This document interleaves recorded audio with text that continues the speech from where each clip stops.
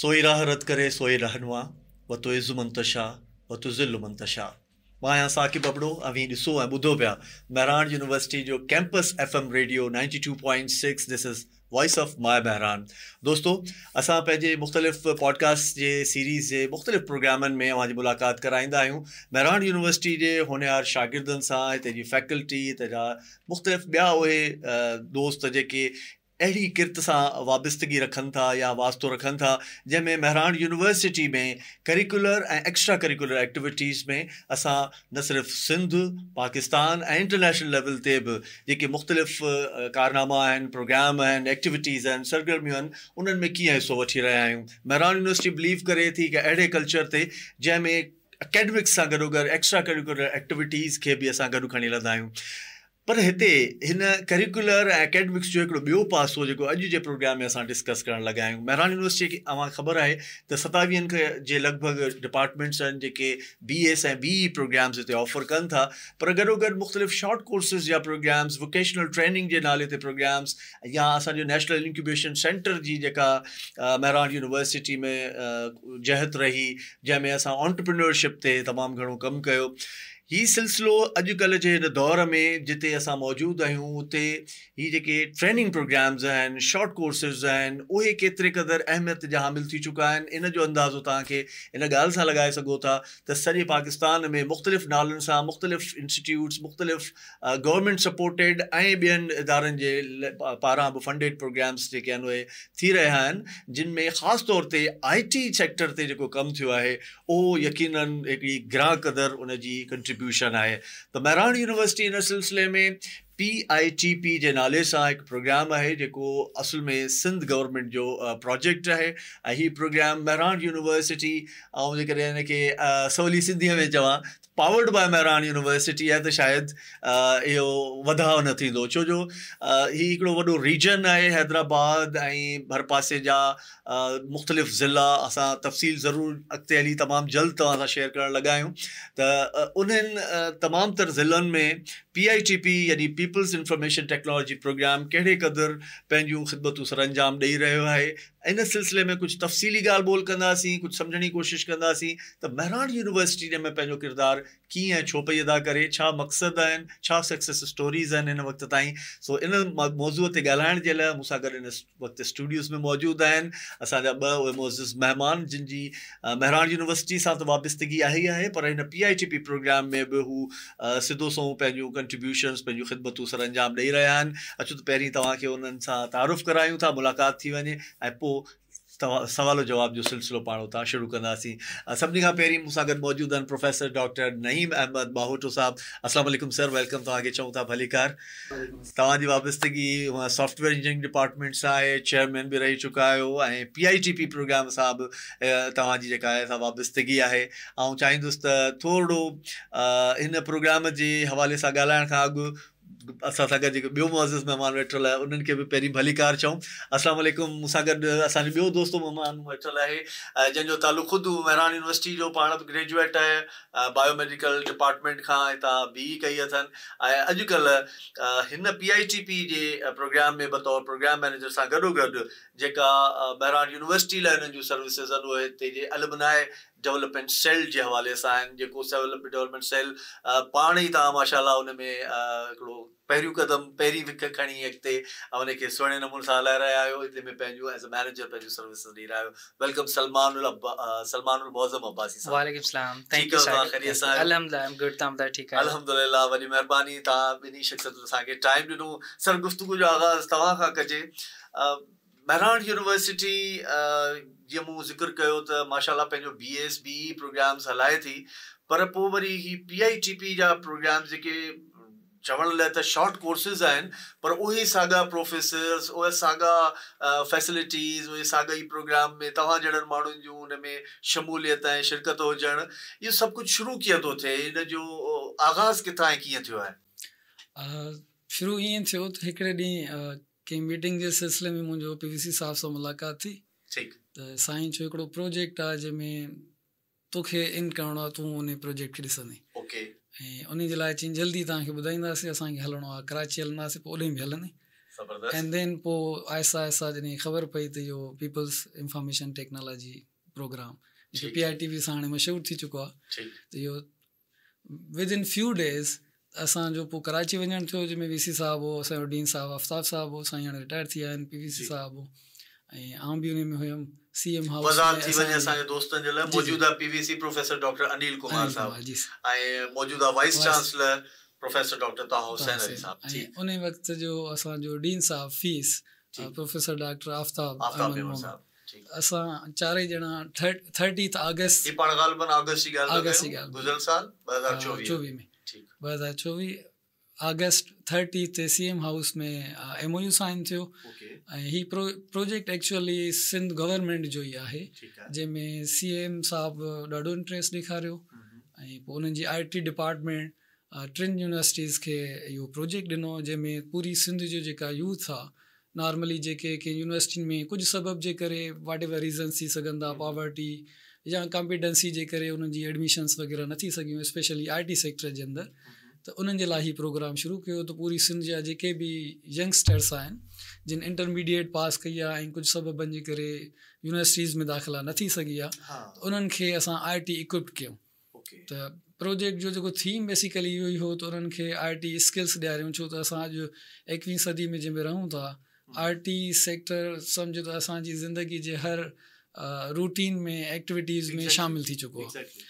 को टाइम हूंदो हुयो जेकॾहिं अर्ली 80s या अर्ली 90s जी ॻाल्हि कयूं त उन टाइम में इंटरनेट हिकिड़ी लग्ज़री हूंदी, पर अॼुकल्ह जहिड़ो असांजी बुनियादी ज़रूरत थी चुकी आहे त इन मां अंदाज़ो लॻायो त IT केतिरो इन थी वई आहे असांजी जंहिं असांखे इहो ऑनलाइन ऐं इंटरनेट ऐं जेको केतिरनि ई शायदि शुबनि असां उनखे एडॉप्ट कोन पिए कयो, पर कोविड सेखारे छॾियो त न फ्यूचर इज़ IT गैजेट्स वग़ैरह सां कोविड जे करे बिल्कुलु तमामु घणनि माण्हुनि खे शुनासाई थी। पोइ इन प्रोजेक्ट जे करे पोइ इहो इन जी जेके रिक्वायरमेंट आहे क्राइटेरिया इहा आहे त इंटरमीडिएट पास हूंदा जेके ग्रेजुएट्स ऐं किथे यूनिवर्सिटी में इन जी दाख़िला न थी सघी आहे उहे एलिजिबल आहिनि। पोइ हाणे इन प्रोजेक्ट में छो त तमामु सिंध वॾो एरिया आहे त 3 यूनिवर्सिटीज़ खे सिलेक्ट कयो वियो, उहो बि सिंध गवर्नमेंट जे थ्रू, जंहिंमें NED कराची, मेरान यूनिवर्सिटी असां ऐं IBS अखर, उन्हनि 3 यूनिवर्सिटीज़ खे डिफरेंट डिवीजन्स या डिस्ट्रिक्ट्स विरहाए ॾिना विया पूरी सिंध जा, जंहिंमें असां मेरहान खे हैदराबाद कंप्लीट डिवीजन सब डिस्ट्रिक्ट्स ऐं मीरपुर ख़ासि डिवीजन, उन मां सिर्फ़ु थर पार्कर डिस्ट्रिक्ट मेरहान खे न आहे। उनजो रीज़न इहो त NED जो थर पार्कर में कैंपस आहे त थर पार्कर डिस्ट्रिक्ट्स NED खे ॾिनो वियो। अहिड़े नमूने जीअं नवाबशाह, लारकाणो, सखर, खैरपुर इहे IBA खे ॾिना विया, ऐं कराची तमामु वॾो शहर आहे त कराची कंप्लीटली NED खे ॾिनो वियो। ज़बरदस्त, यकीनन मेरहान यूनिवर्सिटी जे लाइ हिकिड़ी वॾी क्रेडिट जी ॻाल्हि आहे त पाण एतिरे वॾे यकीनन हिकिड़ो त गवर्नमेंट फंडेड प्रोग्राम ऐं गवर्नमेंट सुपरवाइज़्ड प्रोग्राम जेको हले थो उन में इहा हिकिड़ी एतमाद ऐं साख जी ॻाल्हि आहे। सलमान साहिबु इन जी एग्ज़ीक्यूशन जे मराहिलनि में शुरू वारनि ॾींहंनि में हलिया था वञूं त थोरो असांजे दोस्तनि खे थोरो तफ़सील इन हवाले सां ॿुधायो त जॾहिं उन्हनि सेक्टर्स ऐं सेंटर्स जो इंतिख़ाब पियो थिए ऐं कहिड़ा कहिड़ा हिन में ट्रेड्स आहिनि जिन जो इंतिख़ाब पियो थिए, कुझु इन हवाले सां असांजे दोस्तनि खे ॼाण। Thank you very much Saqib.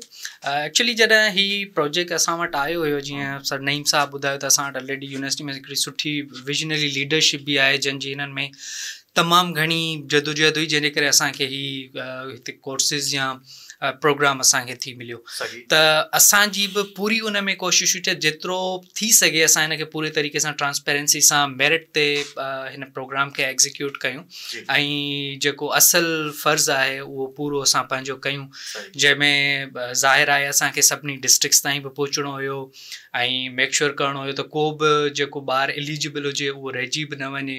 ऐं ज़ाहिर सी ॻाल्हि आहे, जीअं सर बि तव्हांखे ॿुधायो त काफ़ी सारा ॿार फाइनेंशियली बि सपोर्ट अफोर्ड न करे सघंदा आहिनि यूनिवर्सिटी जी तालीम, IT जी तालीम, त उन्हनि जे लाइ हिकिड़ो सुठो मौक़ो हुयो।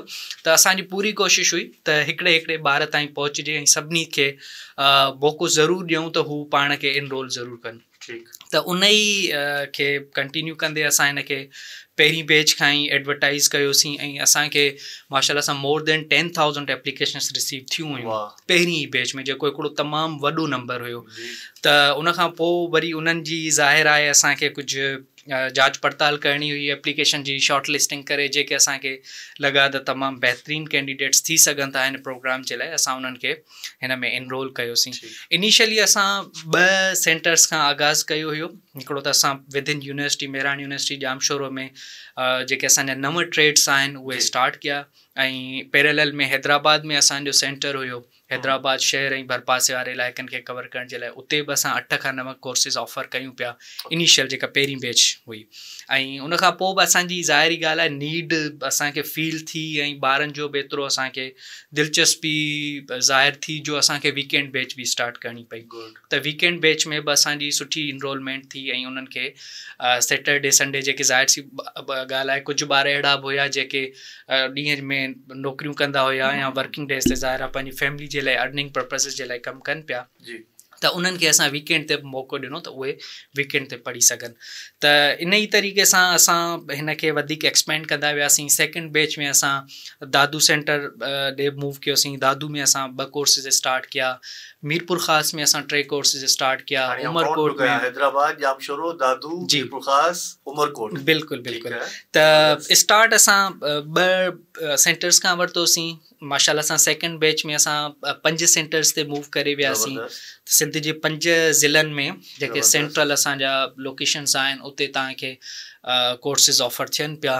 ऐं जेका असांजी मोस्ट रीसेंट बैच हुई बैच 3rd उन में असां ठट्टा जो बि एडिशन कयोसीं। अच्छा, जब तव्हां कोर्सिस चयो था मुंहिंजी उहो इश्तियाक वधियो त इहे कोर्सिस बि हिकिड़ो भेरो वज़ाहत थी वञे असांजे जे लाइ कहिड़ा कोर्सिस? हाँ, हिन में असां वटि 9 कोर्सिस आहिनि जंहिंमें ग्राफिक डिज़ाइनिंग आहे, डिजिटल मार्केटिंग आहे, वेब डेवलपमेंट आहे, जावा डेवलपर आहे, मोबाइल ऐप डेवलपर आहे, डेटाबेस एडमिनिस्ट्रेटर आहे, डेटा साइंस आहे, पाइथन आहे। त 9 जेके ट्रेंडिंग तव्हां चई था सघो IT जा कोर्सिस आहिनि जिन जी दुनिया में तमामु घणी हिन वक़्तु नीड आहे। ख़ासि करे जेको हिकिड़ो टेक्नोलॉजी जो बूम आहे ऐं वर्चुअली बि हिकिड़ी दुनिया कनेक्ट थी चुकी आहे। जीअं तव्हां थोरी देरि पहिरियां कोविड जी ॻाल्हि कई त कोविड इहे शयूं असांखे सेखारियूं त फिज़िकल वर्ल्ड खां हटी करे बि हिकिड़ी वर्चुअल दुनिया हूंदी आहे जंहिंजे ज़रिए तव्हां हिकिड़ो दुनिया त ग्लोबल विलेज आहे। तव्हां हिकिड़ी जॻह तां वेही ऑन फिंगर्स तव्हां कंहिं बि USA में UK में कैनेडा में कंहिंसां बि कनेक्ट थी था सघो। त उन ई शइ खे नज़र में रखंदे हिते मुख़्तलिफ़ इहे 9 ट्रेड्स ऑफर कया पिया वञनि। ऐं माशाल्लाह सां तमामु कोर्सिस में असां ॾिसूं पिया त ॿारनि जी दिलचस्पी आहे। हिन में थोरी असां वटि इहा पाबंदियूं आहिनि त हिकिड़ो ॿारु 2 कोर्सिस ई करे थो सघे। पर ईअं थींदो आहे त ॿार जा जॾहिं 2 कोर्सिस पूरा थी वेंदा आहिनि त उहो वरी असां वटि ईंदो आहे त सर मूंखे 3rd कोर्स करणो आहे। पर ज़ाहिर आहे उन में असां वटि पाबंदियूं हूंदियूं आहिनि त असां न करे सघंदा आहियूं। त मतिलबु इन क़दुरु ताईं ॿारनि जी दिलचस्पी हूंदी आहे। त ख़ासि करे जेके असांजा जीअं डिजिटल मार्केटिंग आहे, वेब डेवलपमेंट आहे, ग्राफिक डिज़ाइनिंग आहे, इन्हनि में ॿारनि जो ई कॉमर्स बिल्कुलु बिल्कुलु ई कॉमर्स में त असांजूं ॾाढियूं सक्सेस स्टोरीज़ बि आयूं आहिनि। ॿारनि पंहिंजो स्टोरीज़ ते ईंदासीं। सलमान साहब, नईम साहब हिकिड़ो भेरो इन नुक़्ते ते मुंहिंजी डिबेट थी चुकी आहे ऐं चाहियां थो त तव्हां ज़ाहिर हिन फील्ड जा एक्सपर्ट आहियो माशाल्लाह। पाण तव्हां डॉक्टरेट आहियो माशाल्लाह हिन फील्ड जा। इटली खां तव्हां पंहिंजे दोस्तनि खे ॿुधायां त नईम साहब जेका आहिनि पंहिंजे BE प्रोग्राम में 3.98 CGPA, वरी ME में वरी उहे जेके 0.2 कसर उहा बि साईं जिन पूरी कई ऐं 4 GPA खणी आया ME टाइम में ऐं PhD कई अथनि माशाल्लाह। ऐं सॉफ्टवेयर इंजीनियरिंग डिपार्टमेंट जा तव्हां चेयरमैन बि रही चुका आहियो। सर, ही जेके बि ट्रेड्स ऐं कोर्सिस सलमान साहब हींअर ॿुधाए इहे ख़ुदि असांजे BE प्रोग्राम जे बि उन करिकुलम जो हिसो आहिनि। था हिते को कॉन्फ्लिक्ट ऑफ इंट्रेस्ट ॾिसो था त यूनिवर्सिटी जॾहिं इन्हनि शॉर्ट कोर्सिस खे बि ऑफर करे पई ऐं ॿार खे इन लेवल ते कैपेबल करे थी वञे जो उहो एतिरो स्किल थी वञे जो माशाल्लाह एज़ अ फ्रीलांस मार्केट में पंहिंजो पाण खे पंहिंजो वखुर या पंहिंजो प्रोडक्ट या पंहिंजो पाण खे उते सेल करण लाइ बि तयारु थी थो वञे सिर्फ़ु 2 महीननि में। ऐं हिकिड़े पासे 4 सालनि जो डिग्री प्रोग्राम आहे। छा को मुक़ाबिलो या का अहिड़ी क़िस्म जी फिज़ा ठहे थी ॿारनि जी या स्टूडेंट्स जी पाण में त थिए छा पियो? असल में शॉर्ट कोर्स के असां कंपेयर नथा करे सघूं कंहिं डिग्री प्रोग्राम सां। जो डिग्री प्रोग्राम जा पंहिंजा लवाज़मात हूंदा आहिनि, उन्हनि जूं पंहिंजूं रिक्वायरमेंट्स हूंदियूं आहिनि, इन डेप्थ नॉलेज खपंदी आहे, ब्रेथ डेप्थ उन सभिनी शयुनि खे ॾिठो वेंदो आहे जंहिंजे बुनियाद ते पूरो करिकुलम डिज़ाइन कयो वेंदो आहे। जॾहिं त शॉर्ट कोर्सिस जो मक़सदु बेसिकली हूंदो आहे त उन्हनि खे क्विक घटि टाइम जे अंदरि एतिरो इक्विप कयो वञे त हू रीज़नेबली के सोसाइटी में कारामद साबित थी सघनि। मिसाल तौरु हिकिड़ो इंटरमीडिएट जो ग्रेजुएट हुजे, अॼुकल्ह तव्हांखे ख़बर आहे IT जो दौर आहे, तक़रीबन ऑनलाइन इश्तिहार वग़ैरह ईंदा रहंदा आहिनि।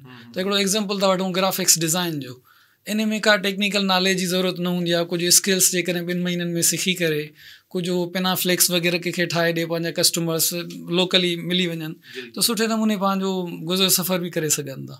त इहो थोरो डिफरेंस हूंदो आहे, उनखे असां कंपेयर नथा करे सघूं। यकीनन ऐं सिर्फ़ु उन डिबेट ॾांहुं वञण पे मूं चाहियो त छो जो असां ॾिसूं था त अॼुकल्ह जेका मार्केट जी जेका लैंग्वेज है उहा आहे त असां को बि तइलीम जो जेको बि डिग्री प्रोग्राम आहे या कोर्स आहे या पढ़ाई आहे उहा इन करे था हासिलु कयूं त सुभाणे नौकिरी खपे।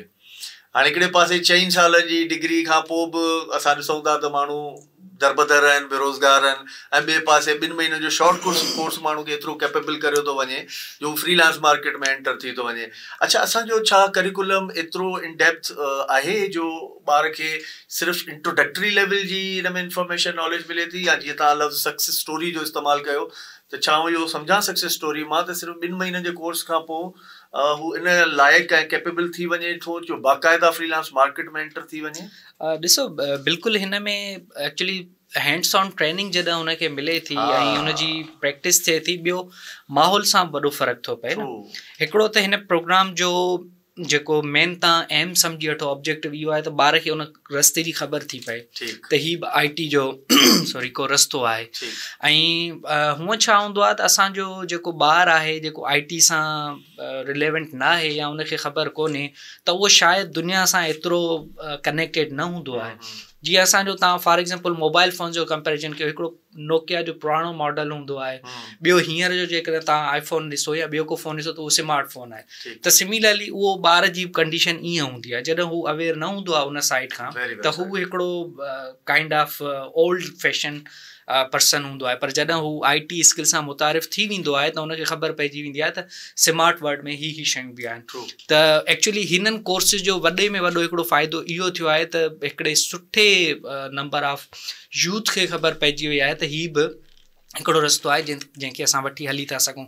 ॿियो जेकॾहिं तव्हां हिननि जो कोर्सिस जो कंटेंट ॾिसो त उहो एतिरे सुठे तरीक़े सां डिज़ाइन थियल आहे त 2 महीननि में ॿार उन कोर्स सां सुठे तरीक़े सां हुन जूं स्किल्स डेवलप थी थियूं वञनि ऐं हू इन कैपेबल थी थो वञे त हू सुभाणे वञी का पंहिंजी अर्निंग करे सघे।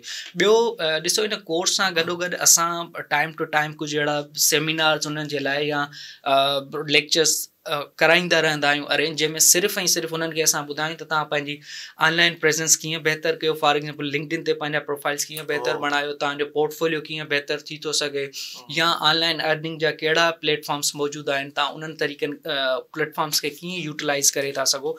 त मतिलबु मल्टीपल शयूं आहिनि जिन मां उहे ॿार फ़ाइदो वठंदा आहिनि। ऐं कुझु ॿार त एतिरा माशाअल्लाह सां कैपेबल हूंदा आहिनि, असांजूं बि एक्सपेक्टेशंस न हूंदियूं आहिनि जॾहिं हू असांखे परफॉर्म करे ॾेखारींदा आहिनि। त चवण जो मक़सदु त शायदि कोर्स में लिमिटेशंस हुजनि, पर ॿारनि जे अॻियां शायदि उहे लिमिटेशंस कोन हूंदियूं आहिनि, उहे अञा वधीक शयूं एक्सप्लोर करे वठंदा आहिनि। सही। असां डॉक्टर साहब माशाअल्लाह 3 बैचेस सक्सेसफुली ग्रेजुएट थी चुकियूं आहिनि। हिन वक़्तु 4th बैच पंहिंजे क्लासिस में इनरोल्ड आहे। गवर्नमेंट ऑफ सिंध इन्हनि प्रोग्रामनि खे जीअं असां अॻिते हलायूं पिया, बैच बाय बैच अॻियां हलूं पिया, केतिरे क़दुरु तव्हां ॾिसो था त महरान यूनिवर्सिटी जे कम मां मुतमइन आहे, ऐं केतिरे क़दुरु अॻिते जो वे फॉरवर्ड जे लाइ ॿिया कहिड़ा कहिड़ा वटनि प्लान आहिनि जेके हिन वक़्तु टेबल ते मौजूदु आहिनि? इन खे मां ईअं कोट कंदुमि त लास्ट मीटिंग जेका असांजी थी, जंहिंमें IT डिपार्टमेंट जे सेक्रेटरी साहब नूर अहमद समू साहब चेयर कयो, त साईं ॿुधायो त हिन जी सक्सेस जो तव्हां अंदाज़ो इन में लॻायो त CM साहब जॾहिं ईयरली पंहिंजी प्रोग्रेस ॾिए पोइ त PITP प्रोग्राम खे पंहिंजी प्रेज़ेंटेशन में पहिरीं टॉपिक रखियो, उन में सभिनी यूनिवर्सिटी जी तारीफ़ कई। त इन जी सक्सेस जो तव्हां इन मां अंदाज़ो लॻाए सघो था। ऐं इन सां गॾु गॾु साईं थोरो इहो बि असांखे हिकिड़ो सिग्नल ॾिनो त CM साहब यानी सिंध गवर्नमेंट इन तरफ़ बि ॾिसे पई त होपफुली शायदि PITP प्रोजेक्ट 2 बि लॉन्च कयो वञे नेक्स्ट ईयर जे प्रोग्राम जे लाइ। त इहो बेसिकली इन जो सक्सेस थो तव्हांखे ॿुधाए। ऐं न सिर्फ़ु एतिरो बल्कि हिन PITP में मां तव्हांखे इहा ॻाल्हि बि इंक्लूड कंदो हलां त हिन पूरे प्रोग्राम में यानी सभिनी बैचिस जे इख़्तिताम ते सभिनी यूनिवर्सिटियुनि मां 100 जेके टॉपर्स हूंदा उन्हनि खे लैपटॉप्स ॾिना वेंदा क्रोम बुक्स, जंहिंजे लाइ असांजो उहो ई तरीक़ेकार हूंदो ट्रांसपेरेंसी, हर बैच मां जेको रेशो हूंदो उन्हनि ॿारनि खे असां इहे ॾींदासीं।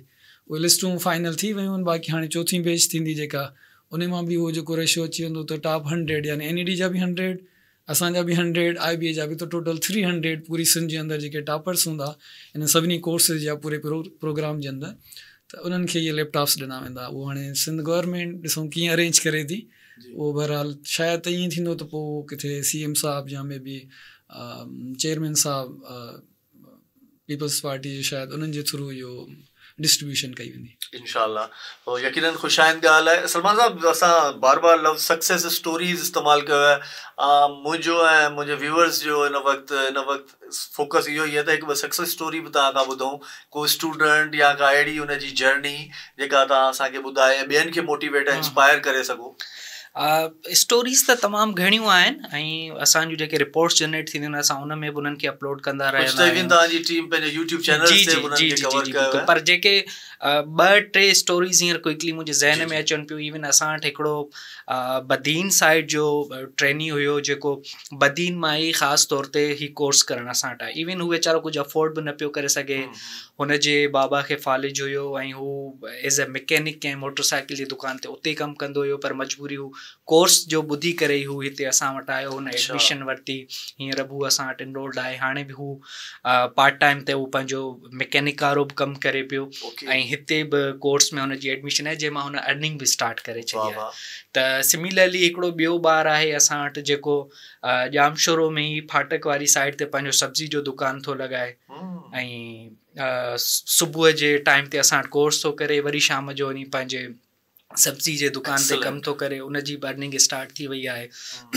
इन खां अलावा बि काफ़ी सारा ॿार आहिनि जेके सुठो ख़ासो अमाउंट अर्न कनि पिया। ख़ासि करे रूरल एरियाज़ में जेको नियाणियुनि जी तालीम थोरी रुकावट ईंदी आहे, त उन शइ खे बि हिकिड़ो थियो आहे त हाणे उहे बि नियाणियूं जेके न पियूं लॉन्ग टर्म कोर्सिस या डिग्रीज़ करे सघनि, त दादू में 2-3 असां वटि ॿारियूं अहिड़ियूं आहियूं जन ॿुधायो त सर असांखे घर मां परमिशन न हुई त असां यूनिवर्सिटी में वञी डिग्री करे सघूं, पर हाणे थैंक्स टू सिंध गवर्नमेंट ऐं मेरान यूनिवर्सिटी असां ही कोर्सिस करे था सघूं।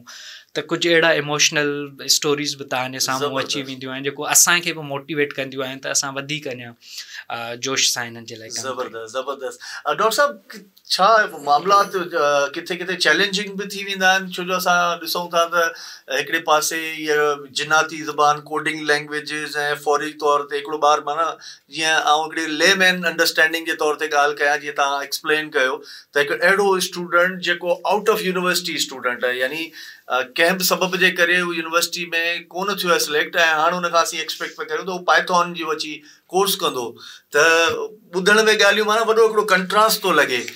इहो छा चैलेंजिंग सिचुएशन ठही थी वञे केॾी महिल? बिल्कुलु इहो चैलेंजिंग त आहे, पर हर शख़्स जी मां हिन खे ईअं जवाबु ॾींदुमि, हर शख़्स खे ख़ुदा ताला जेके कैपेसिटीज़ ॾिनियूं आहिनि त ऐं मुमकिन आहे त हिकिड़ो कमु जेकॾहिं उहो मुंहिंजे लाइ मुश्किल आहे त तव्हां लाइ आसान हुजे, त सभिनी खे असां कोन था रिलेट करे सघूं।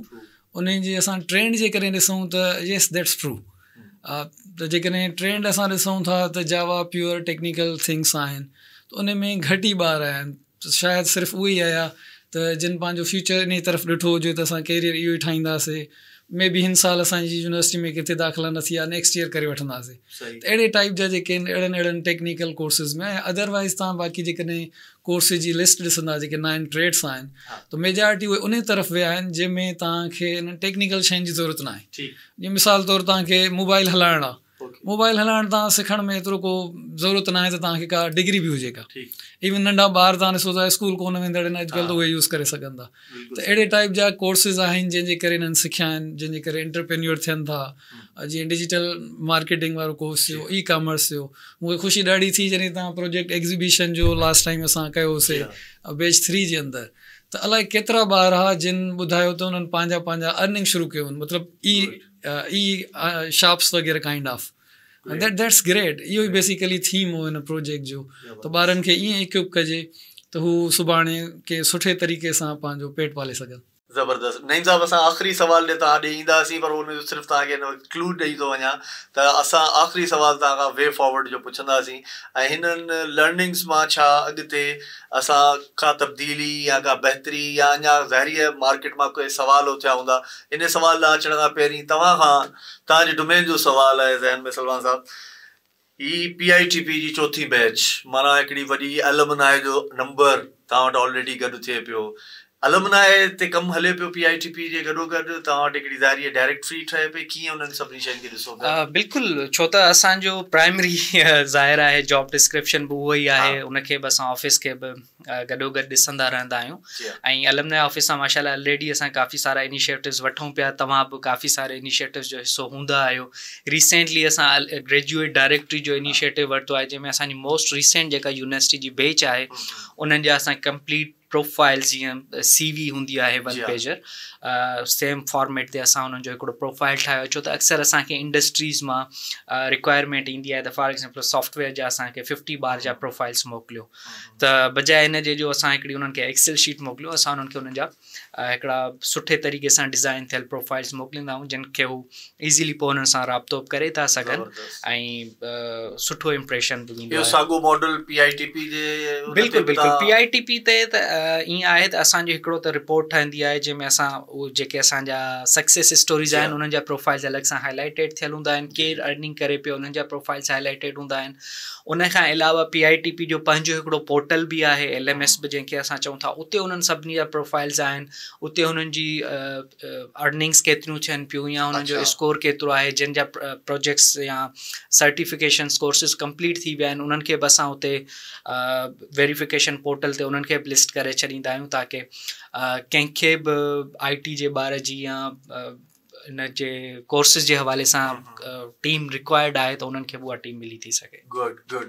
डॉक्टर साहब, इन सवाल ॼाण अचां थो जंहिंजो मूं थोरो तमीज़ ऐं तत ॿधो, थोरो होमवर्क कंदे मूंखे जेका अवाम जे तरफ़ां ख़्वाहिश, फरमाइश, गुज़ारिश, जेको बि पाण हुनखे नालो ॾियूं, त चाहिनि था त 2 खां वधीक उन्हनि खे ट्रेड्स में अप्लाई करण जी इजाज़त ॾिनी वञे।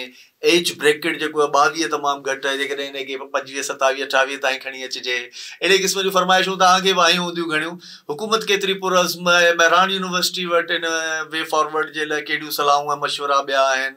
कुझु शेयर करण जहिड़ियूं ॻाल्हियूं हुजनि त ज़रूरु कजो। जी बिल्कुलु, स्पेसिफिकली इन ई क्वेश्चन सां जेको तव्हां एज ब्रेकेट जी ॻाल्हि कई, या बल्कि असां वटि कुझु अहिड़ा स्टूडेंट्स बि आया जेके चाहिनि पिया त असां जेके मैट्रिक पास आहियूं पर असांखे बि अलो कयो वञे, त इन सिलसिले में असांजी हिकिड़ी सेक्रेटरी साहब सां IT डिपार्टमेंट सिंध गवर्नमेंट सां मीटिंग जे दौरान इहा ॻाल्हि निकिती हुई, त सर चयो जीअं हीउ ख़तमु थींदो त पोइ असांखे प्रोस एंड कांस या जेके लेसन लर्न थिया आहिनि प्रोजेक्ट जे अंदरि, त उहे ऑफकोर्स असां उन्हनि सां शेयर कंदासीं। उन्हनि में इहे सभु शयूं जेके असांखे ॿारनि जे थ्रू असांखे पॉइंट्स मिलियूं, सजेशन्स मिलियूं, उहे बिल्कुलु असां सिंध गवर्नमेंट जे गोशो गुज़ार रखंदासीं ऐं उमेदु कयूं था त पोइ इनशाला इहे जेके बैरियर्स आहिनि हिननि जा, मैट्रिक वारो फॉर एग्ज़ाम्पल थी वियो या उमिरि जो क़ैद हुयो 22 साल, त उन में मुंहिंजो पर्सनल बि आहे जेका असां सिंध गवर्नमेंट खे इहा सजेशन्स ॾींदासीं, त मोस्ट ऑफ द टाइम जेके ग्रेजुएट हूंदा आहिनि, जेकॾहिं किथे जॉब न मिली सघी, उन्हनि खे जेकॾहिं इक्विप कयो वेंदो त उहे वधीक बहितर परफॉर्म कंदा, छो त उहे पंहिंजी ज़िंदगी में थोरा सीरियस हूंदा आहिनि।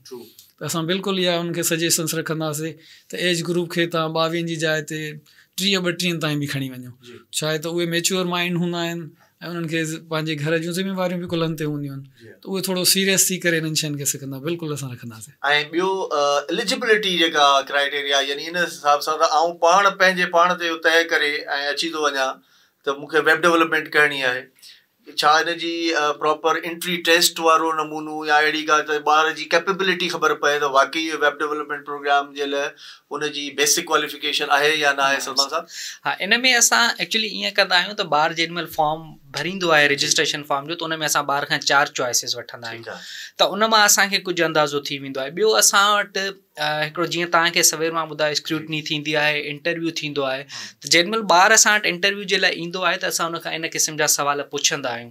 फॉर एग्ज़ाम्पल तव्हांजी फर्स्ट चॉइस वेब डेवलपमेंट आहे त उहा छो आहे, तव्हां उन में कीअं पाण खे मञाए सघो था, पोइ असां ॾिसंदा आहियूं त वाक़ई हू कोडिंग साइड हुनजो डोमेन आहे या उन साइड हुनजो एतिरो इंट्रस्ट आहे जो हू पंहिंजो कैरियर ठाहे सघंदो, पोइ हुनखे असां ओड़ो ट्रेड अलोकेट कंदा आहियूं। त इन में असांजी पूरी कोशिशि हूंदी आहे त ॿार जी जेका प्रेफरेंस आहे, चॉइस आहे, उहा असां हुनखे ॾियूं, पर इहो असां वधीक हुनखे प्रायोरिटी ते रखंदा आहियूं त हू हुन में पाण खे सक्सेसफुल हिकिड़ो स्टूडेंट या ट्रेनी प्रूव बि करे सघे। Good good. चाहींदुसि उन ई सवाल खे तव्हां बि रिस्पॉन्ड कंदे पोइ असां ओपन फोरम आख़िरी तव्हां खां सवाल पुछंदासीं। Any recommendations for way forward from your side? ॾिसो, वे फॉरवर्ड हिकिड़ो जेको मुंहिंजो जॾहिं इन्हनि ॿारनि सां इंटरेक्शन थींदो आहे त छो त यूथ आहे, हुननि में तमामु हिकिड़ो जज़्बो हूंदो आहे ऐं सिखण जी बि हिकिड़ी हुननि में हूंदी आहे, त हुननि खे मां हिकिड़ी शइ चवंदो आहियां त जॾहिं हिते वञो त ॿियनि खे बि इहे स्किल सेखारियो। छो त जीअं सिंधी में बि चवंदा आहिनि 2 त 12, त ही जॾहिं गॾिजनि था, टीम में कमु कनि था, त ही जॾहिं वरी वञनि था पंहिंजी कम्यूनिटी में ॿियनि ॿारनि सां मिलनि था, छो त जीअं असां तव्हांखे ॿुधायो त कुझु लिमिटेशन जे करे कुझु ॿार अहिड़ा आहिनि जेके असां वटि न अची सघिया, एज जो मसइलो आहे या ट्रेड उन्हनि खे पसंदि जा न मिलिया, त इहे ॿार पाण उन कम्यूनिटी में वञी उन्हनि खे बि ज़रूरु सर्व कनि। जिन खे मौक़ो न मिली सघियो उन्हनि खे ॿुधाइनि त कहिड़े तरीक़े सां उहे बि पंहिंजो स्किल्स डेवलप करे था सघनि, ताकी सिंध जो नौजवान जेतिरो थी सघे वधि खां वधि हिन मां फ़ाइदो वठे। बहितरीन बहितरीन।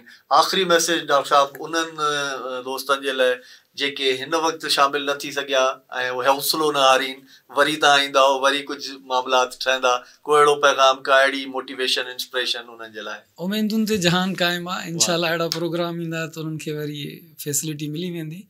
जेकॾहिं न बि अचनि त उन्हनि जे लाइ असां अहिड़े दौर में रहूं था त ऑनलाइन ईज़ीली अवेलेबल ट्यूटोरियल्स आहिनि, स्किल सिखी सघनि था।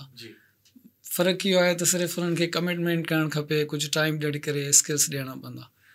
बाक़ी शयूं अॼु जे दौर में एतिरियूं आसान थी वियूं, तव्हां जेकॾहिं कंहिं तरफ़ हलिया वञो त खुटण जहिड़ो ई न आहे, समुंड आहे इल्मु, त उन्हनि खे मिलंदा। बल्कि अॼुकल्ह त IT जे सेक्टर जे अंदरि तव्हां ॾिसंदो त ओपन सोर्स जी तरफ़ तमामु घणा था वञनि। जेकॾहिं की तव्हां प्लेटफॉर्म ते कंहिं फोरम में कम्यूनिटी में इन आहियो, तव्हांजा जेके मसाइल अचनि तव्हांखे, हिकिड़ो तव्हां सवालु लिखंदो, अलाए केतिरा पूरी दुनिया जा एक्सपर्ट तव्हांखे जवाबु ॾींदा उनखे हल करण लाइ। त उहो तव्हांजी कमिटमेंट ते आहे। जेकॾहिं तव्हां घर में ई वेही करे इंटरनेट जेकॾहिं अवेलेबल आहे त तव्हां घर वेठे बि सिखी सघो था, तव्हां मुहताज न आहियो।